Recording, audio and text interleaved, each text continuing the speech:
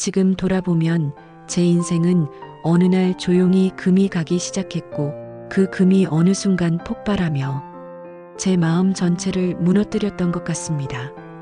그날의 밤 저는 평생 믿어온 사람에게서 가장 깊고 차가운 배신을 당했습니다. 약혼자였던 그가 저를 다른 남자의 침대로 보냈습니다. 그 사실 하나만으로도 제 삶 전체가 무너져 내렸습니다. 사랑이라고 믿었던 마음, 쌓아 올린 시간, 그를 향한 신뢰, 모두가 한순간에 흩어졌습니다. 어린 날의 약속은 가장 나중에 깨지더군요. 저는 평생 심하진 씨를 믿으며 살아왔습니다. 유년 시절부터 서로를 알고 지냈고 가난하던 시절에는 서로의 손을 잡고 언젠가 함께 멋진 미래를 만들자고 약속하기도 했습니다. 사람의 마음이란 오래 함께한 사람에게 자연스레 기대게 마련입니다. 저 또한 그 결을 따라 그에게 모든 것을 의지하며 살아왔다고 생각했습니다. 하지만 지금 돌이켜보면 그 사랑은 너무 오래된 습관이었고 저는 그 안에서 마음을 놓아버린 채 한 사람만 바라보는 어리석은 믿음에 갇혀 있었던 것 같습니다. 그는 어느 순간부터 서늘해졌습니다. 그의 말투에서 따뜻함이 사라지고 그의 눈에서 제 존재를 찾기 어려워졌습니다. 그럼에도 저는 다 지나가겠지, 다시 예전처럼 돌아오겠지, 스스로를 속이며 참고 견뎠습니다. 성장은 종종 잔인합니다. 한때 나의 모든 것이었던 사람이 더 이상 제 편이 아니라는 것, 그 사실을 받아들이는 일은 저에게 참으로 고통스러웠습니다. 그날 밤 저는 미래라는 이름으로 팔렸습니다. 그날 그는 저를 조용히 불러 말했습니다. 조금만 참아, 다 우리 미래를 위해서야. 이 일만 넘어가면 우리는 다시 단단해질 거야. 그 말은 애틋하게 들렸지만 듣고 나면 마음이 가라앉는 이상한 말이었습니다.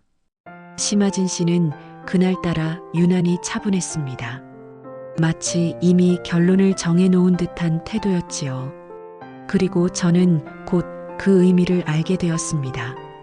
그는 저를 성혜주라는 남자에게 넘기려 했습니다. 사업을 위해, 돈을 위해, 혹은 그가 말하던 미래를 위해서라고 했지만 지금 생각하면 그의 미래에는 이미 제가 없었던 모양입니다. 저는 그 사실을 가장 잔인한 방식으로 깨달았습니다. 심하진 씨는 저를 낯선 방으로 데려갔습니다. 침대가 놓인 조명이 낮은 곳, 그리고 말했습니다. 잠깐만 누워 있어. 아무 일 없을 거야. 이건 널 위한 길이야. 그 말이 끝나기도 전에 문이 닫혔고 그는 저를 남겨둔 채 조용히 사라졌습니다. 그 순간 제 몸과 마음이 얼어붙는 것을 느꼈습니다. 그가, 제가 평생 믿어온 그 남자가 저를 이렇게까지 대할 수 있다는 사실이 믿기지도 받아들여지지도 않았습니다. 하진 씨, 왜 이러세요? 제발요. 저는 문을 두드리며 울부짖었지만 그는 돌아오지 않았습니다. 그때 문이 다시 열렸습니다. 문이 조용히 열리며 낯선 남자가 들어왔습니다. 그가 성혜주 씨였습니다. 저는 두려움에 몸을 떨며 다급히 몸을 웅크렸습니다. 그러나 그는 잠시 저를 바라보더니 천천히 담요를 제 어깨 위에 덮어주었습니다. 그리고 낮고 조용한 목소리로 말했습니다. 걱정하지 마십시오. 오늘 이곳에서 어떤 강요도 없을 겁니다. 그 말은 이 상황에서 오히려 더 혼란을 주었습니다. 그는 저를 건드리지 않았습니다. 오히려 등을 돌리고 조용히 말했습니다. 누군가의 거래에 당신이 이용되는 것을 보고 싶지 않을 뿐입니다.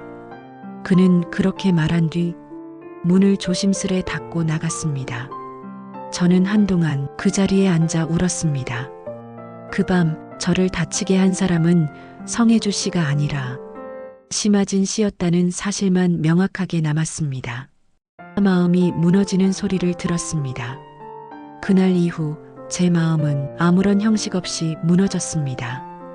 평생을 걸고 믿었던 사람이 제 등을 돌렸다는 사실, 오래도록 쌓아 올린 약속이 말 한마디로, 행동 하나로 산산이 조각난다는 사실, 그곳에서 저는 제가 누구였는지도 잘 모르겠더군요. 내가 뭘 그렇게 잘못했을까?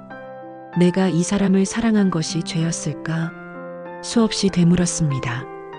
하지만 대답은 오지 않았습니다. 이별은 한 사람이 마음을 놓는 순간 시작된다고 합니다.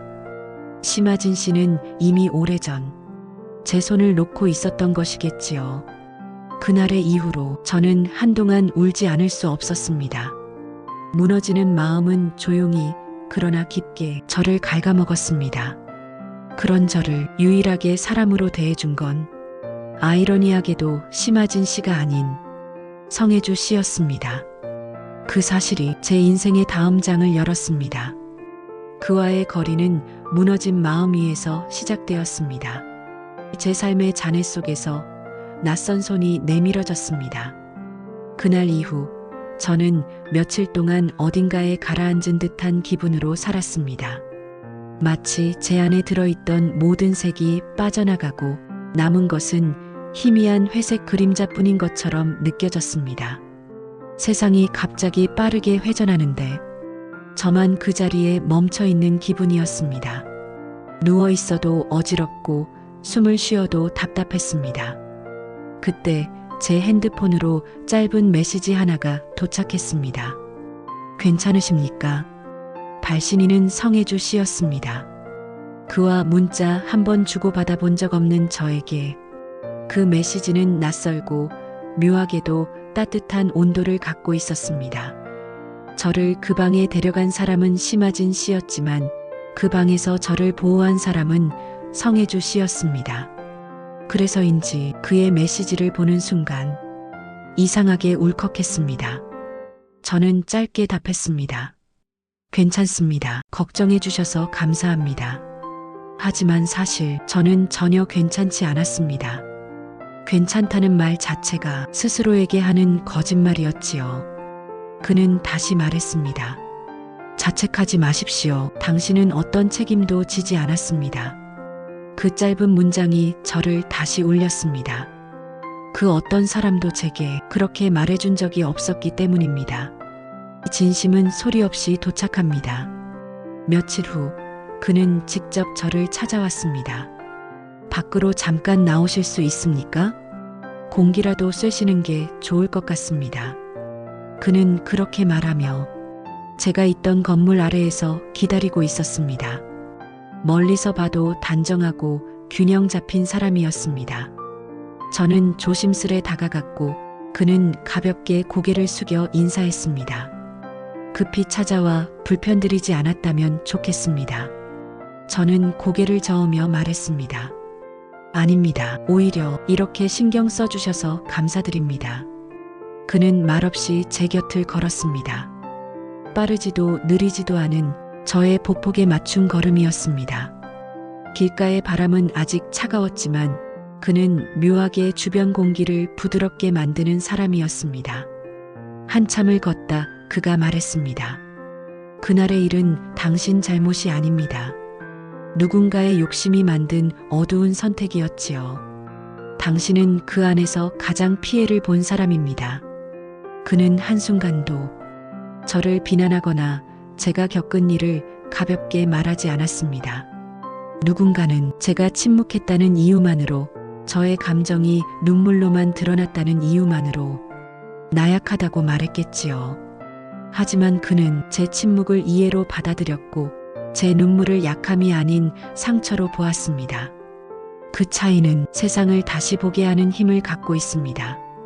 며칠이 지나자 심하진 씨가 저에게 연락해 왔습니다.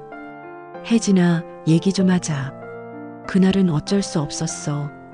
그의 목소리는 마치 제가 모든 것을 이해해 주어야 한다는 듯한 뉘앙스였습니다. 저는 아무 말도 하지 않았습니다. 그의 숨결조차 듣고 싶지 않았습니다. 혜진아, 정말 너를 위한 길이었어. 성가의 투자를 받아야 했고, 그렇지 않으면 내가 지켜야 할 것들이 무너질 수 있었어. 우리는 20년을 함께 했잖아. 그 정도는 이해할 수 있지 않겠어? 우리는 20년을 함께 했잖아. 그 말은 이기적인 사람의 마지막 방패처럼 들렸습니다. 그에게 20년은 책임을 잊게 해주는 면죄부로 쓰이는 모양이었습니다.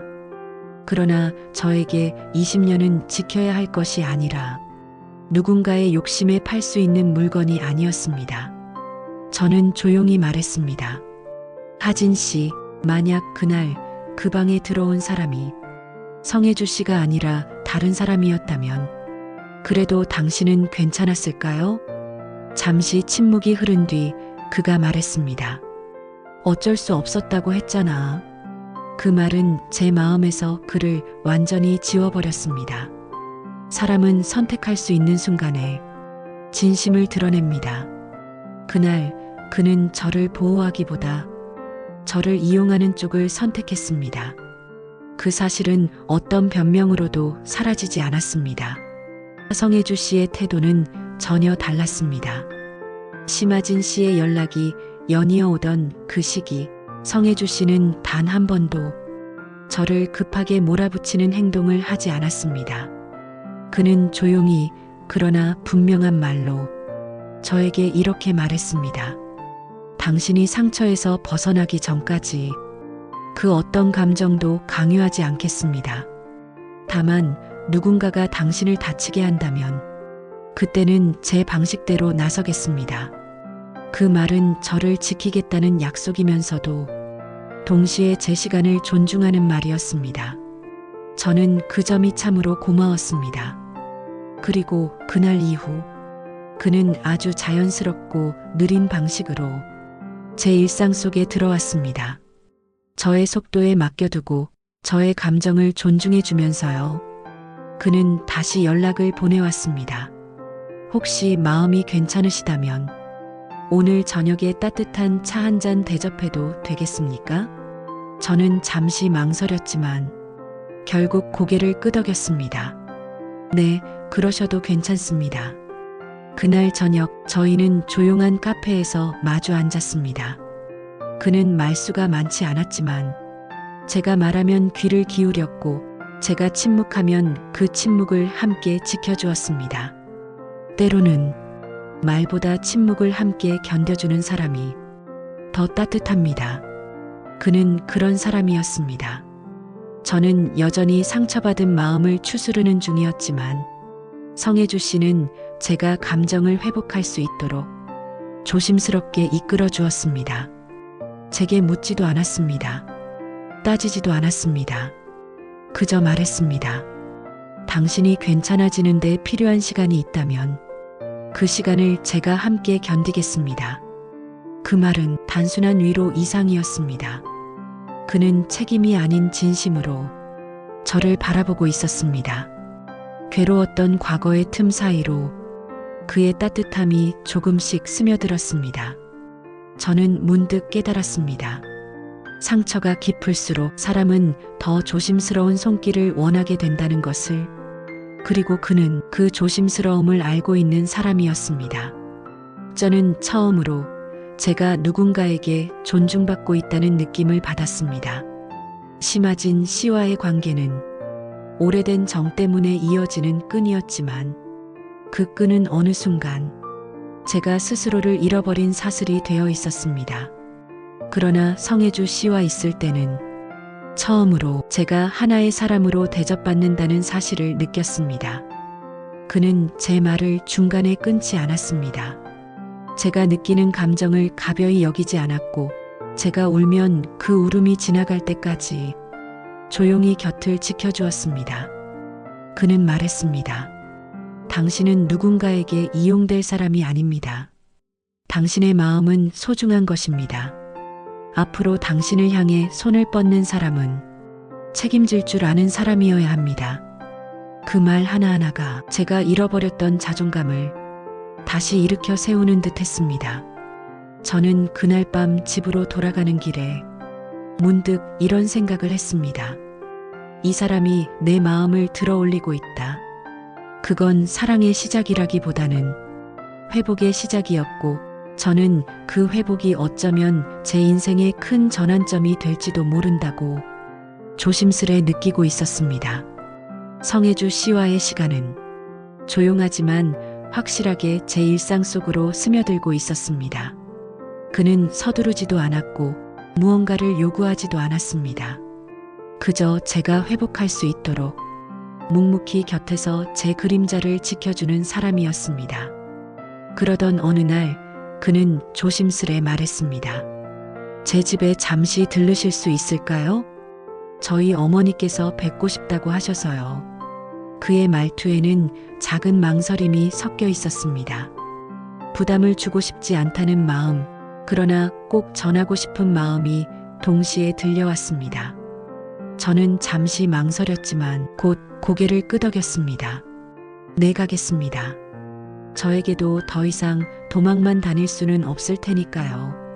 지금의 제 감정은 혼자 안고 있을 때보다 누군가가 조용히 들어주는 쪽이 더 안전하다고 느껴졌습니다. 그는 제 대답에 조용히 미소 지었습니다. 그 미소는 무거운 구름을 조금 걷어내는 듯한 따뜻한 온도를 가진 미소였습니다. 그의 집은 생각보다 거대했습니다.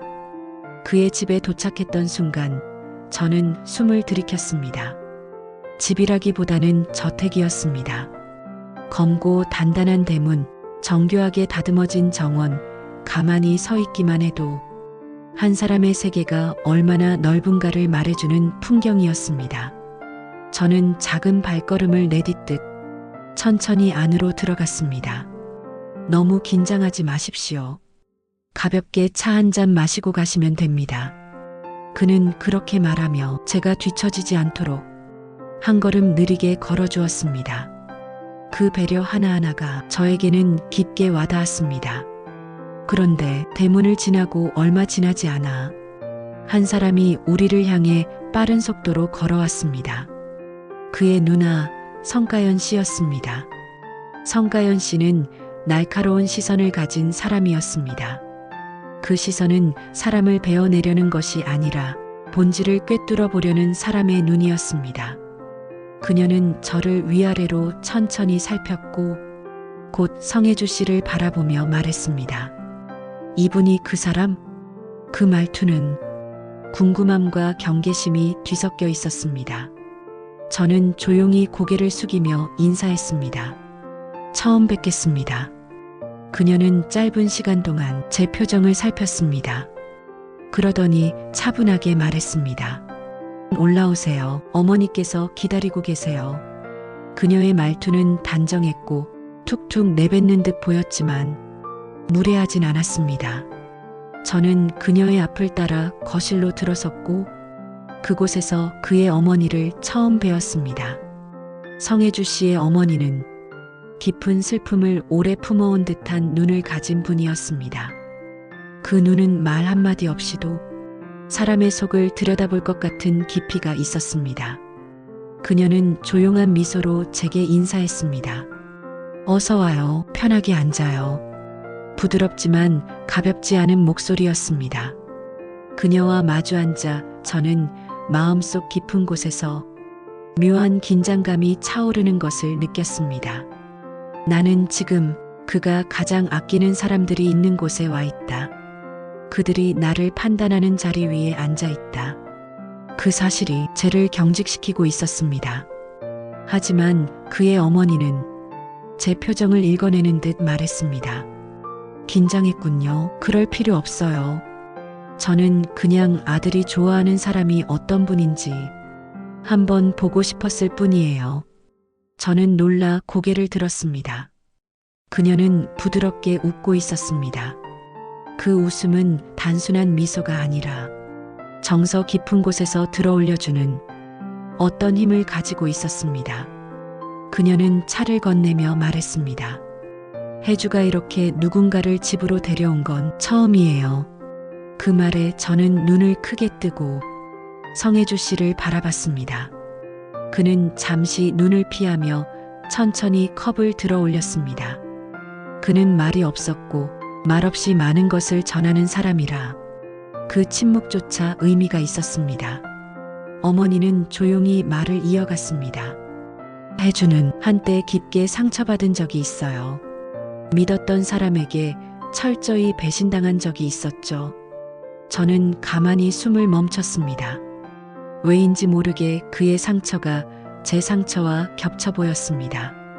그 이후로 쉽게 마음을 열지 않는 아이가 되었어요.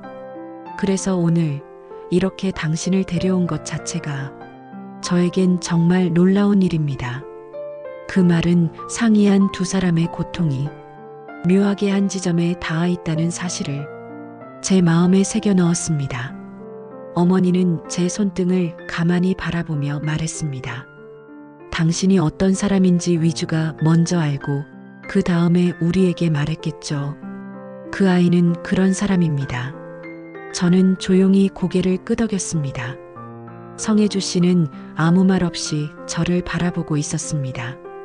그 시선에는 설명할 수 없는 따뜻함과 책임감이 담겨 있었습니다. 잠시 뒤 그의 누나 성가연 씨가 다가왔습니다. 그녀는 저를 홀로 잠시 데리고 가며 말했습니다.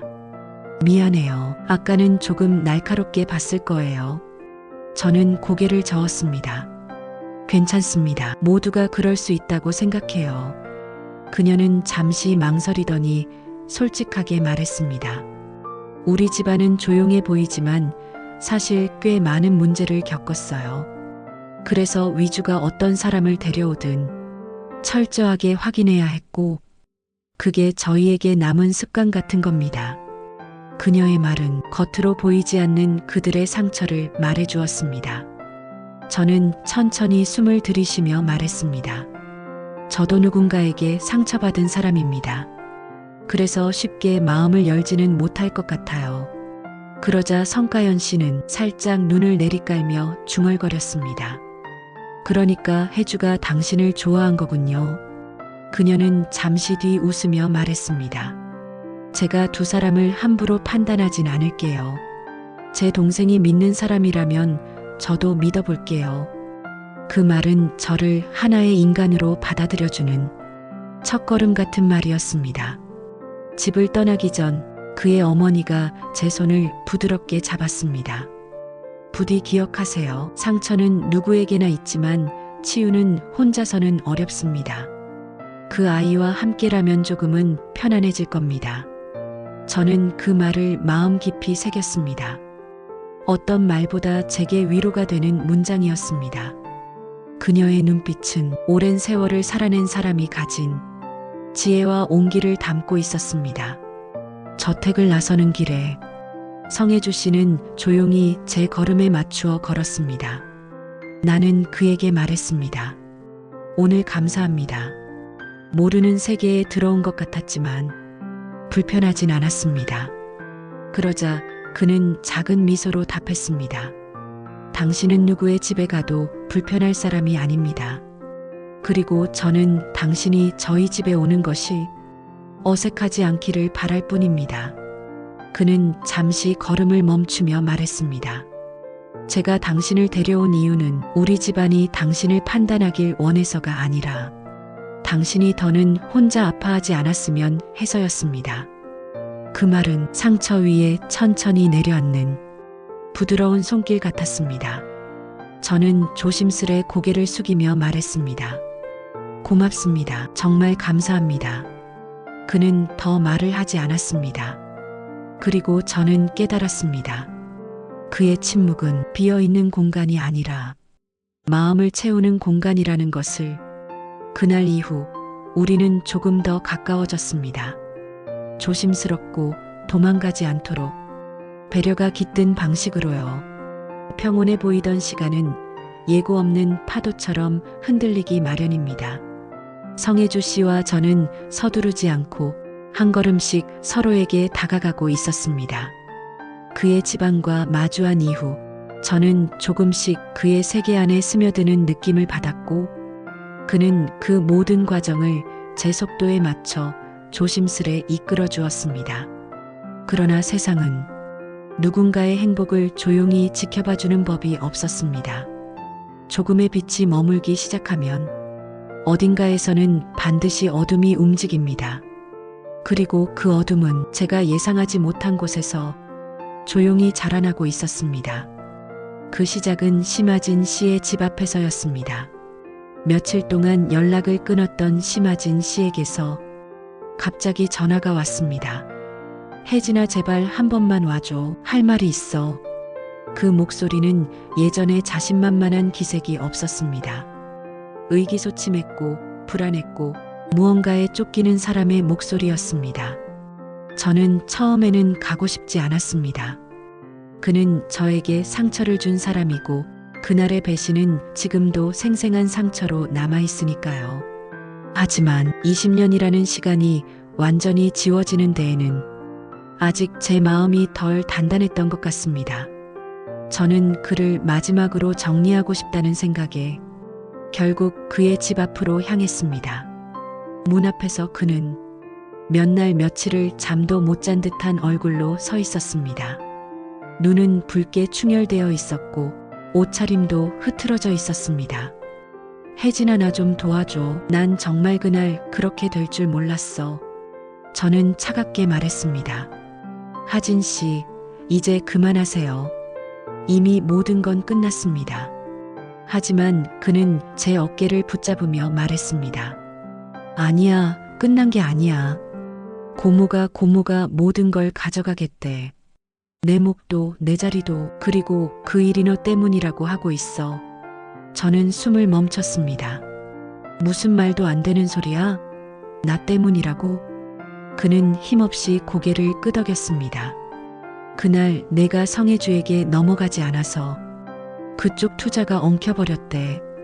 고모는 내가 너 때문에 거래를 망쳤다고 생각해. 그의 말은 요령없이 던져진 돌 같았습니다. 무책임하고 어설프고 그러나 아주 위험한 내용이었습니다. 심아진 씨의 집안에서 제가 어떤 존재로 비춰지고 있는지 순간적으로 이해가 되었습니다. 또 다른 어둠이 시작되고 있구나. 저는 알 수 있었습니다. 누군가는 저를 찍어내리려 하고 있었고 그들의 시선에 저는 지켜야 할 사람이 아니라 제거해야 할 장애물로 보이고 있다는 것을. 돌아오는 길, 그의 차가 제 앞에 멈췄습니다. 심아진 씨의 말을 듣고 복잡한 마음으로 돌아오던 길, 검고 고요한 차 한 대가 제 앞에 조용히 멈춰 섰습니다. 창문이 열렸고 성혜주 씨가 말했습니다. 타십시오. 그의 목소리는 차분했지만 그 속에는 분명히 걱정과 불편한 기운이 숨어 있었습니다. 저는 조용히 차에 탔습니다. 문이 닫히자 그는 잠시 아무 말도 하지 않았습니다. 보통 말이 적은 사람이지만 오늘의 침묵은 조금 달랐습니다. 잠시 후 그는 물었습니다. 심아진에게 다녀오셨습니까? 저는 고개를 끄덕였습니다. 네, 그가 마지막으로 하고 싶은 말이 있다고 해서요. 성혜주 씨는 잠시 눈을 감았다가 천천히 깊은 숨을 내쉬었습니다. 당신이 그를 다시 볼 필요는 없습니다. 그 말은 명령이 아니었습니다. 그러나 그 어느 말보다 확고한 감정이 담겨 있었습니다. 저는 조심스레 말했습니다. 저도 다시 볼 생각은 없습니다. 다만 그가 제게 어떤 말들을 전하더라고요. 그는 제 표정을 보고 무언가 심상치 않음을 느꼈는지 바로 물었습니다. 무슨 말을 들으셨습니까? 저는 차분히 설명했습니다. 심아진 씨의 고모가 저를 문제 삼았다느니, 그날의 일이 집안 내 분쟁으로 번졌다느니, 그리고 제가 장애물처럼 이야기되고 있다는 말까지. 그는 말을 듣는 내내 단 한 번도 저를 끊지 않았습니다. 그는 침착했지만 그의 손등 위로 힘이 들어가는 것이 보였습니다. 그는 조용히 말했습니다. 걱정하지 마십시오. 당신을 위험하게 둘 생각은 추호도 없습니다. 그 말은 단순한 위로가 아니었습니다. 제 보호를 자신이 맡겠다는 선언에 가까웠습니다. 사어둠의 기운은 그의 집안에서도 들려왔습니다. 며칠 뒤 성가연 씨에게서 연락이 왔습니다. 잠깐 볼 수 있을까요? 우리 집안에서 조금 불편한 말이 나오고 있어. 저는 그녀의 말에 그 어둠이 더 가까이 다가왔다는 것을 감지했습니다. 그녀를 만나러 갔을 때 성가연 씨는 이전보다 훨씬 진지한 표정이었습니다. 혜진 씨, 혜주 주변에서 당신에 대한 이상한 소문이 돌고 있어요. 저는 깊게 숨을 들이쉬었습니다. 예상은 했습니다.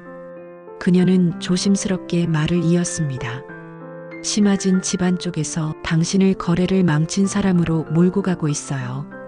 고모 쪽과 얽힌 사람들도 같이 움직이는 것 같아요. 그 말은 예상보다 훨씬 큰 흐름이 움직이고 있다는 뜻이었습니다. 저는 물었습니다. 혜주 씨는요? 그 아이는 엄청 화가 나 있어요. 당신에게 해코지하는 흐름이 생기면 자기가 직접 나서겠다고 해요. 그녀는 잠시 말을 멈추고 조심스레 제 손을 잡았습니다. 혜진 씨, 우리 집안도 완벽하지 않아요. 과거의 일 때문에 아직 갈등이 많고 가끔은 손 쓸 수 없이 복잡해지기도 해요. 하지만 혜주가 당신을 지키고 싶어하는 마음만큼은 확실합니다. 저는 그 말에서 이 상황이 단순한 오해나 해프닝이 아니라 사람들의 이해관계가 얽히고 섞인 상당히 큰 파동이라는 것을 느꼈습니다. 그날 밤 귀가하는 길에 저는 묘한 기운을 느꼈습니다. 누군가 뒤에서 저를 따라오는 듯한 발걸음. 처음에는 단순한 착각이라고 생각했습니다. 하지만 몇 번이나 길을 돌 때마다 뒤에서도 같은 방향으로 따라오는 소리가 들렸습니다. 심장이 서늘하게 내려앉았습니다. 저는 빠르게 큰 길로 걸음을 옮겼고 조심스레 뒤를 흘끗 봤습니다. 어두운 모자를 눌러 쓴 남자가 일정한 거리를 유지한 채 저를 바라보고 있었습니다. 저는 즉시 핸드폰을 꺼내 성혜주 씨에게 전화를 걸었습니다. 혜주 씨, 저 누군가가 뒤를 따라오는 것 같아요. 그는 바로 대답했습니다. 몇 분 뒤면 도착합니다. 거기서 움직이지 마십시오. 그의 목소리는 차분했지만 그 속에 숨은 긴장감이 느껴졌습니다. 그가 오기까지 몇 초 남지 않은 시간조차 저에게는 너무 길고 무서웠습니다.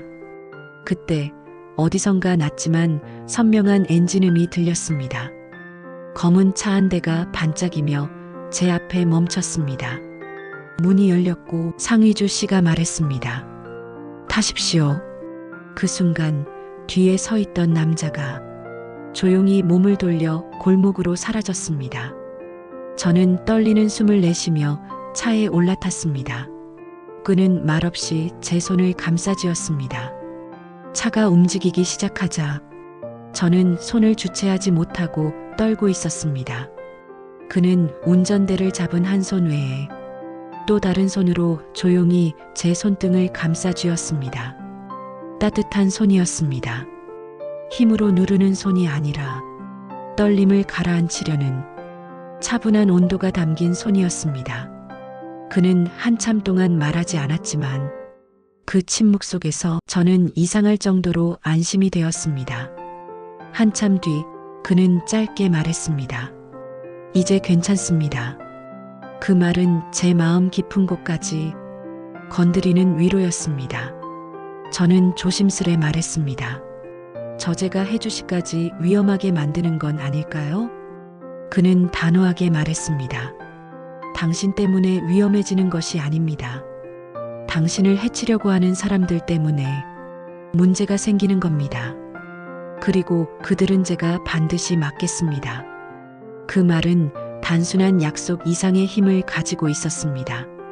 그의 말에는 책임과 결의가 담겨 있었고 그가 어떤 상황에서도 저를 지키겠다는 진심이 느껴졌습니다.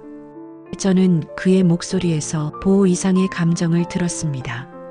그날 집 앞에 도착했을 때 그는 차에서 내리는 저를 향해 천천히 말했습니다. 혜진 씨, 당신은 혼자가 아닙니다. 절대 혼자 두지 않겠습니다. 그리고 저를 바라보는 그의 눈에는 분명한 감정이 담겨 있었습니다.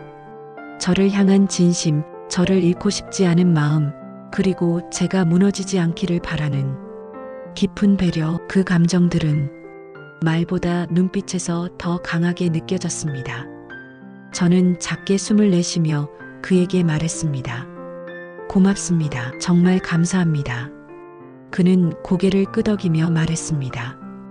이제부턴 당신을 지키는 일이 제가 해야 할 일입니다.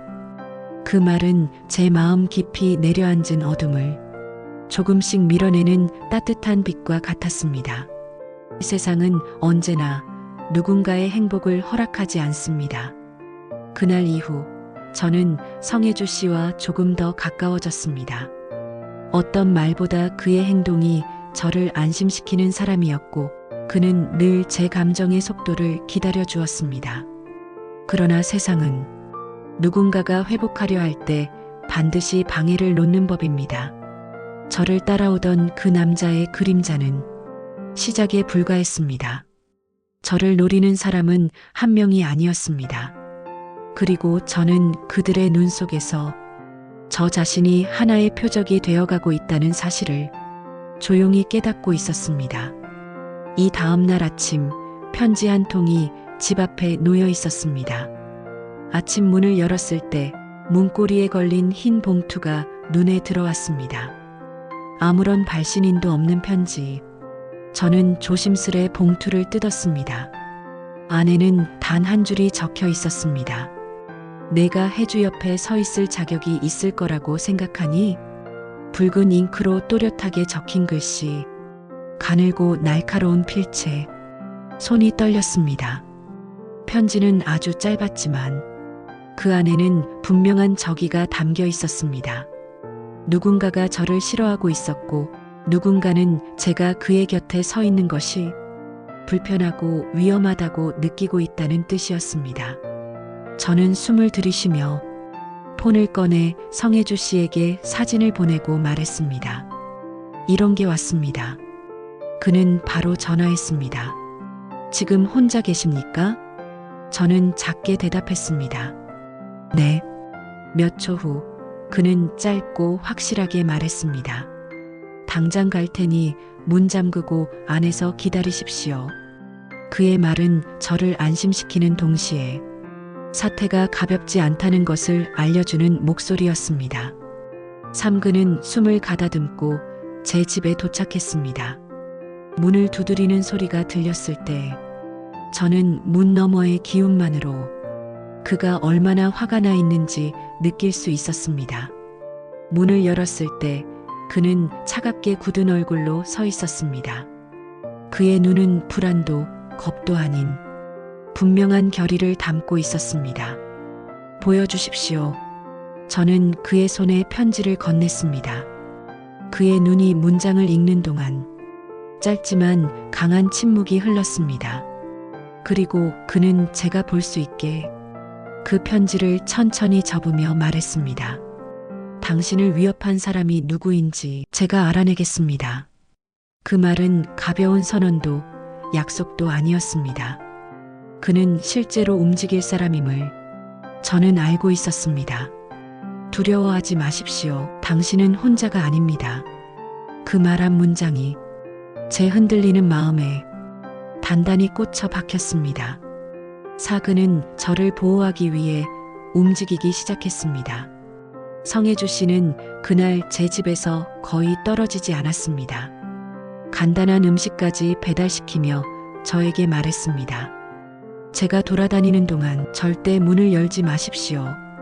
어떤 상황에서도 저는 그의 진지한 눈빛을 보고 조용히 고개를 끄덕였습니다. 그가 떠난 뒤에도 집안은 이상하게 조용했습니다. 마치 외부 세계가 제 존재를 둘러싼 경계처럼 차갑게 고요해진 듯 했습니다. 그는 몇 시간 뒤 돌아왔습니다. 얼굴에는 생각이 복잡하게 얽힌 표정이었습니다. 몇 가지 단서를 찾았습니다. 단정한 목소리, 그러나 내면의 분노가 서늘하게 느껴지는 말투. 이건 심하진 쪽이 아닙니다. 저는 놀랐습니다. 그럼 누구입니까? 그는 천천히 답했습니다. 제 집안과 관련된 사람들입니다. 그 말은 새로운 충격이었습니다. 저에게 적대적인 시선을 보내고 있는 사람들이 그의 집안과 얽혀 있다는 뜻. 그의 집안은 분명 저를 따뜻하게 맞아준 사람들이었습니다. 그의 어머니와 누나는 저를 이해해 주려 했고 저에게 악의를 품지 않았습니다. 그러나 집안이란 세상 어디든 보이는 인연뿐 아니라 보이지 않는 이권과 갈등이 존재합니다. 그는 조용히 말을 이었습니다. 제게 가까웠던 사람 혹은 저와 관련된 문제로 당신이 걸려 들어간 것일 수도 있습니다. 저는 그가 지금 저에게 진심으로 느낀 죄책감을 숨기려 하고 있다는 것을 느꼈습니다. 괜찮습니다. 저는 말했습니다. 저는 이미 이런 문제에 쉽게 흔들릴 만큼 약한 사람이 아닙니다. 그는 제 말을 듣고 한참을 바라보다가 조용히 숨을 내쉬었습니다. 그러나 당신이 상처받는 일은 절대 용납할 수 없습니다. 그는 그렇게 말한 뒤 자신의 핸드폰을 꺼내 어딘가로 연락을 넣었습니다. 이 일에 대해 조사해 주십시오. 그 사람이 누구인지 반드시 찾아내야 합니다. 그리고 전화를 끊으며 말했습니다. 당신에게 손을 대려는 사람을 그냥 두지 않을 겁니다. 그날 밤 그의 과거가 제 앞에 드러났습니다. 조금 마음이 잔잔해진 뒤 저는 조심스럽게 물었습니다. 혜주 씨, 혹시 당신에게 상처를 준 사람, 그 사람이 이런 일과 관련이 있습니까? 그는 잠시 침묵했습니다. 깊고 조용한 침묵. 그리고 마침내 말했습니다. 저에게 상처를 준 사람, 그는 제가 믿었던 사람이었습니다. 그의 목소리는 평소보다 낮고 무거웠습니다. 내 사람이라고 생각했고 나를 지지해 줄 거라 믿었던 사람. 그러나 그는 뒤에서 저를 이용했습니다. 그의 말은 바늘처럼 제 가슴에 와 닿았습니다. 그 일로 우리 집안 전체가 흔들렸습니다. 그때부터 저는 누군가에게 제 마음을 함부로 주지 않게 되었죠. 그는 잠시 고개를 숙였습니다. 당신을 그렇게 위험하게 만든 사람이 그 과거의 잔재인지 그건 좀 더 조사해 봐야 합니다.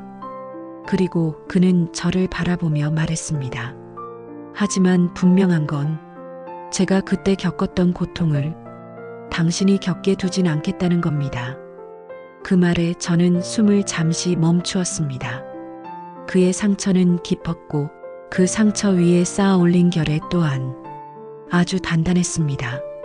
그는 자신이 받은 고통을 저에게 전가하지 않았습니다.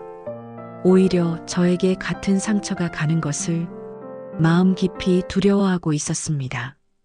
그 마음이 저에게 너무 따뜻했습니다. 그리고 그는 제 손을 잡고 말했습니다. 그날 밤이 깊어갈 때 그는 조용히 제 손을 잡았습니다. 그의 손은 늘 그렇듯 따뜻했습니다. 그러나 오늘은 그 온기가 저를 감싸는 듯한 느낌을 주었습니다. 혜진 씨, 그가 말했습니다. 당신이 제 옆에 서는 것 때문에 세상이 조금 소란스러워질 겁니다. 저는 고개를 들었습니다.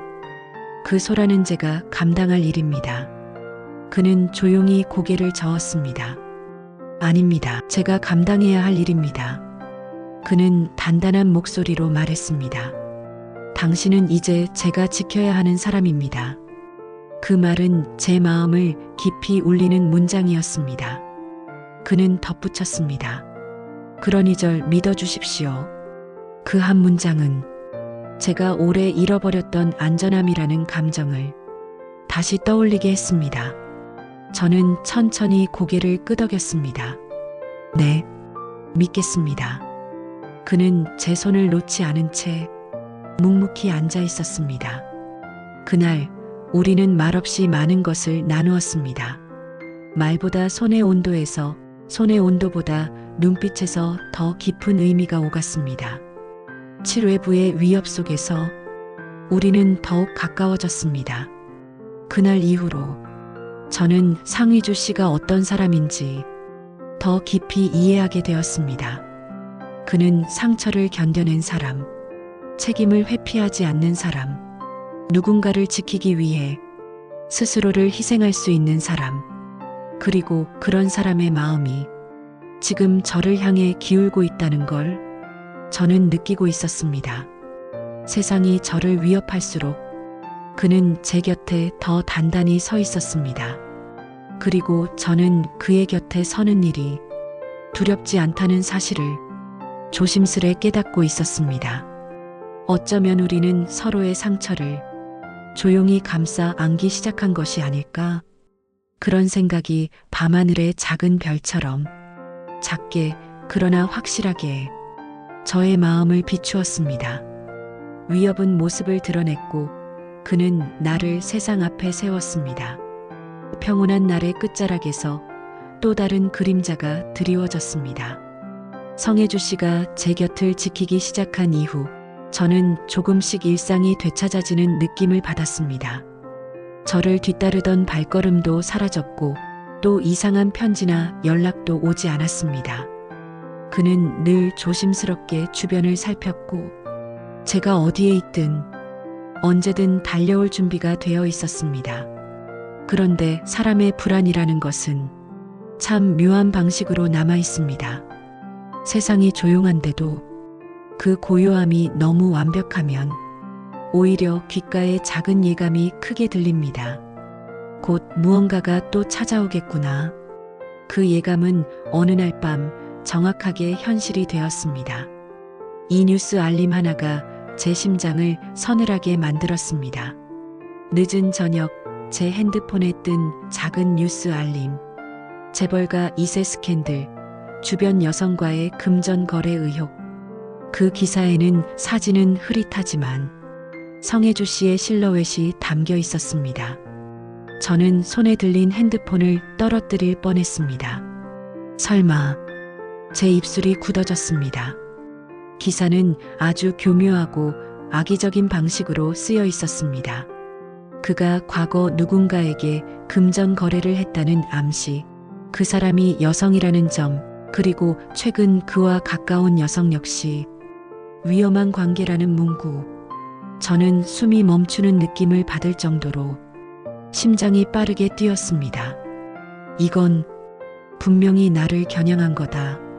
그가 나를 지키는 순간부터 그를 향한 공격이 시작되기 시작한 것. 나를 공격할 수 없으니 그의 평판과 명예를 흔드는 방식으로 거대한 손이 움직이고 있었다. 저는 떨리는 손으로 그에게 전화를 걸었습니다. 혜주 씨, 지금 뉴스 보셨어요? 그는 짧게 대답했습니다. 지금 갑니다.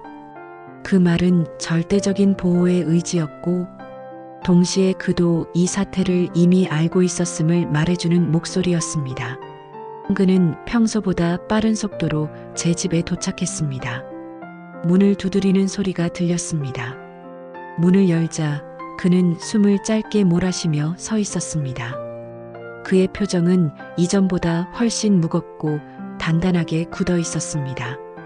기사를 보셨군요. 그는 집 안으로 들어오며 말했습니다. 저는 떨리는 목소리로 물었습니다. 저 때문에 이런 일이 생긴 건가요? 그는 즉시 고개를 저었습니다.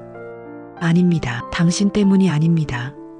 그는 제 손을 부드럽게 잡으며 말했습니다. 지금 이 상황은 누군가가 저를 공격하기 위해 당신을 이용하는 겁니다. 그 말은 저를 안심시키기 위한 말이 아니라 상황을 정확하게 읽은 사람의 분석이었습니다. 그는 제 앞에서 무릎을 굽혀 제 손을 감싸쥐었습니다. 그의 목소리는 낮고 단단했습니다. 두려워하지 마십시오. 당신은 아무 잘못이 없습니다. 그 순간 그의 눈을 바라본 저는 말로 표현할 수 없는 믿음을 느꼈습니다. 그는 바로 어머니와 누나에게 연락을 넣었습니다. 그는 즉시 핸드폰을 꺼내 그의 어머니에게 전화를 걸었습니다. 어머니, 지금 상황을 보셨습니까? 저는 옆에서 숨을 죽였습니다. 전화기 너머로 차분하지만 단단한 목소리가 들려왔습니다. 혜주야, 흔들리지 마라. 이건 너를 무너뜨리려는 의도다. 그는 짧게 숨을 내쉬었습니다. 혜진 씨를 지키는 문제입니다. 저는 물러서지 않을 겁니다. 그 아이부터 안전하게 지켜라. 나머지는 우리가 정리하마. 저는 그의 어머니의 그 말에서 묵직한 힘과 깊은 신뢰를 느꼈습니다. 통화를 마친 뒤 그는 제 손을 감싸며 말했습니다. 저희 집은 당신을 적으로 두지 않습니다. 절대 그런 일 없습니다. 그는 제 불안을 꿰뚫어 보고 그에 대한 답을 먼저 내놓는 사람이었습니다. 그는 그날 밤 단 한순간도 제 곁을 떠나지 않았습니다. 밤이 깊어가며 뉴스는 계속 퍼지고 있었습니다. 그는 경호팀과 변호사들까지 움직이며 사태를 수습하기 시작했습니다. 그러나 그 모든 혼란 속에서도 그는 제 곁에서 단 한 걸음도 떨어지지 않았습니다. 저는 조용히 말했습니다. 제가 부담스럽지 않나요? 이 일이 너무 커진 것 같아서. 그는 아주 단단하게 말했습니다. 당신은 저에게 짐이 아닙니다. 당신을 지키는 게 제가 해야 할 일입니다. 그 말은 제 마음을 깊게 울렸습니다. 그는 이어 말했습니다. 당신을 지키기 위해서라면 세상과 싸우는 것도 저는 두렵지 않습니다. 저는 그 말에 눈물이 고이는 것을 느꼈습니다. 그는 제 얼굴을 보고 손수건을 건네며 말했습니다. 울지 마십시오. 당신의 눈물은 제가 대신 싸워서 막겠습니다. 그 말에서 저는 한 사람의 사랑과 결심을 선명하게 느꼈습니다. 결국 그는 기자들 앞에 섰습니다. 다음 날 아침 성혜주 씨는 제게 말했습니다. 오늘 제가 직접 공개적으로 입장을 밝힐 겁니다. 저는 놀라며 그의 소매를 잡았습니다. 혜주 씨, 그러면 당신도 공격받아요. 더 심한 소문이 생길 수도 있어요. 그는 제 손을 감싸며 말했습니다.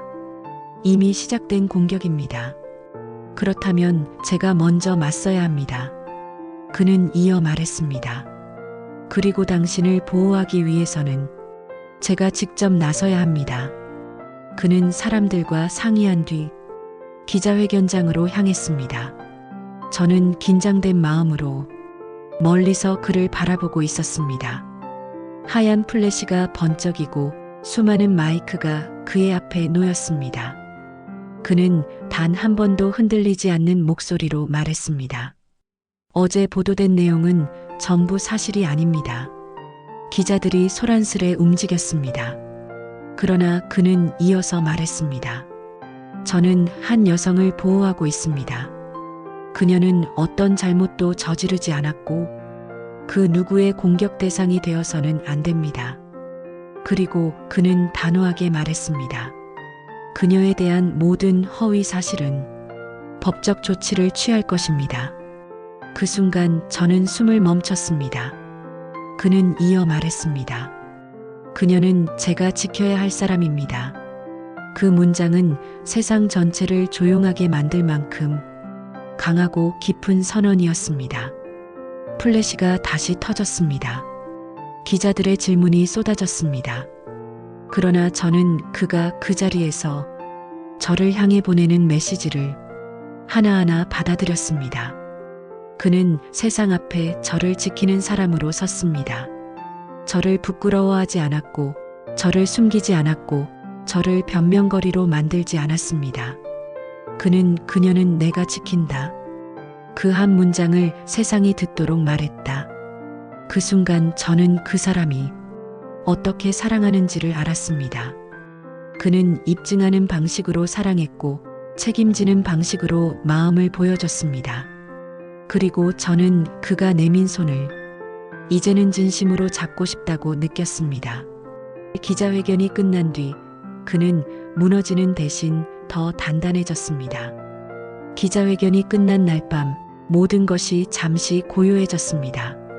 하지만 그 고요는 폭풍이 지나갔기 때문에 찾아온 정적이 아니라 폭풍이 그의 방패에 부딪혀 갈 곳을 잃었기 때문에 생긴 평온이었습니다.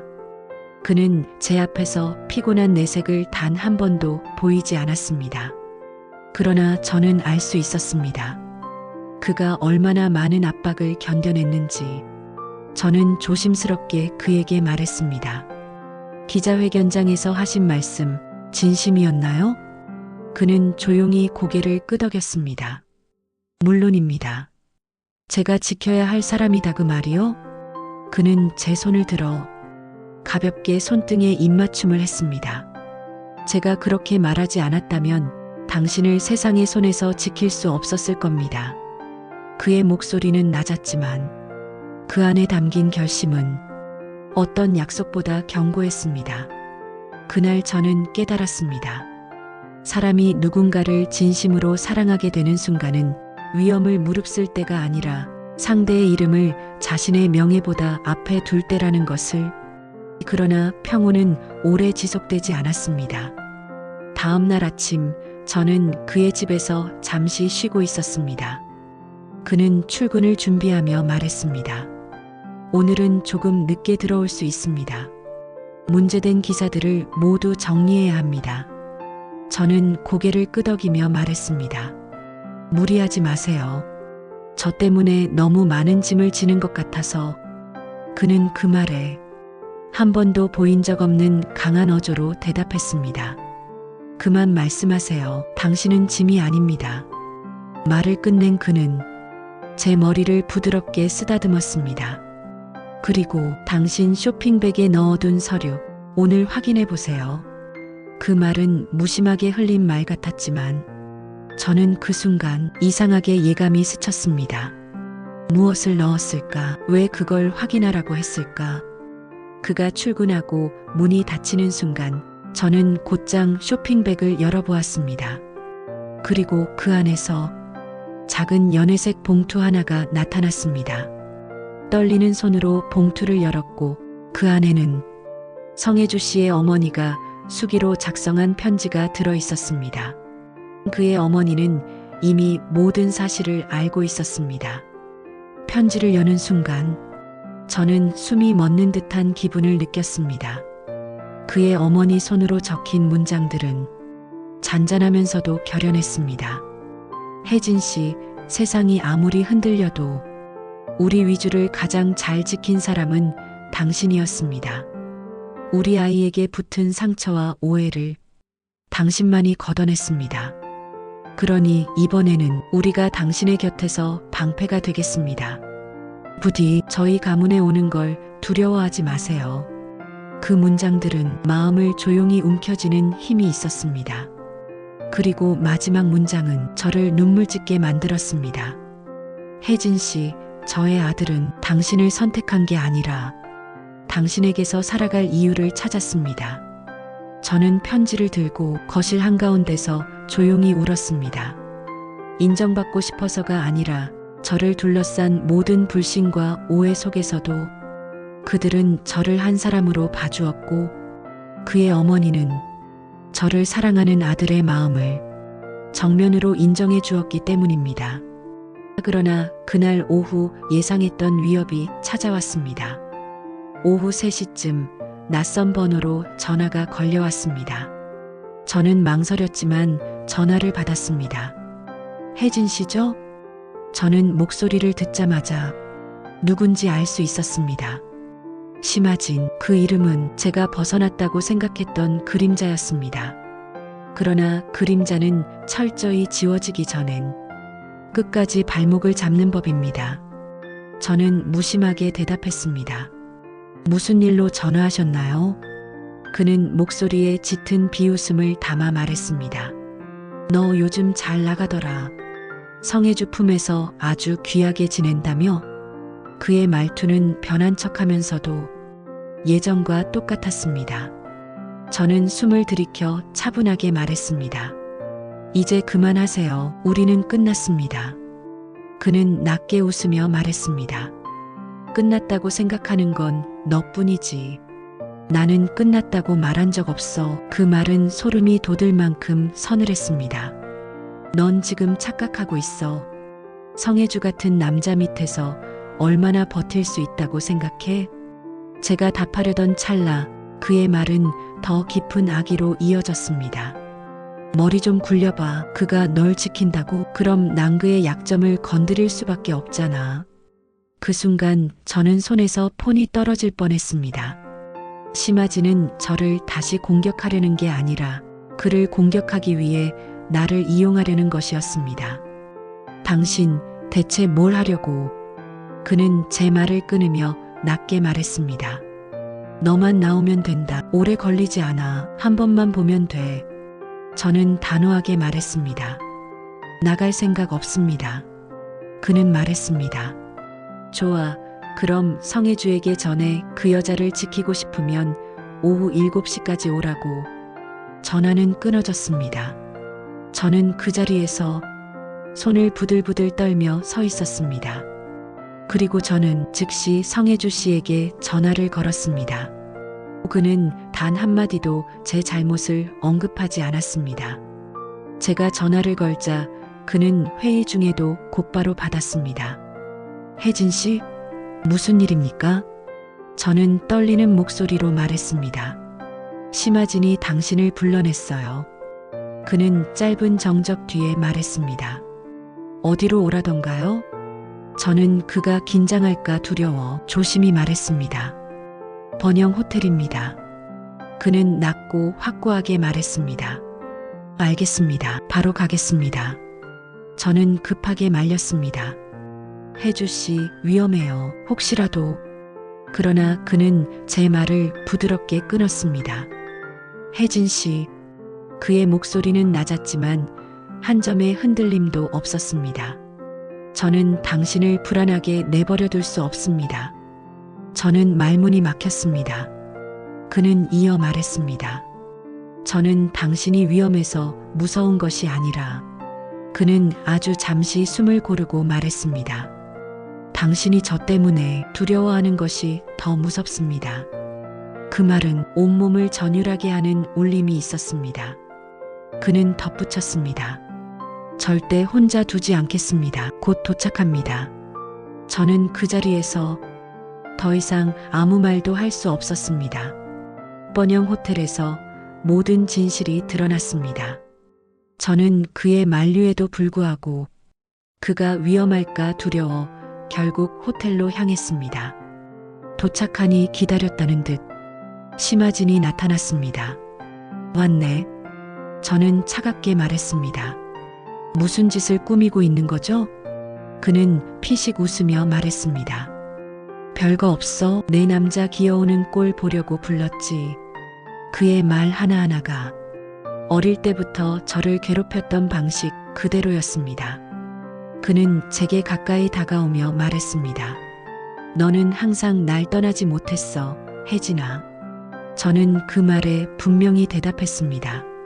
맞아요. 떠나지 못했던 건 사실이에요. 그의 눈이 희미하게 빛났습니다. 그러나 그 빛은 제가 다음에 한 말로 바로 꺼졌습니다. 하지만 지금은 아닙니다.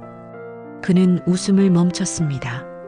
그 순간 로비 쪽에서 낯익은 발걸음 소리가 들렸습니다. 성혜주 씨였습니다.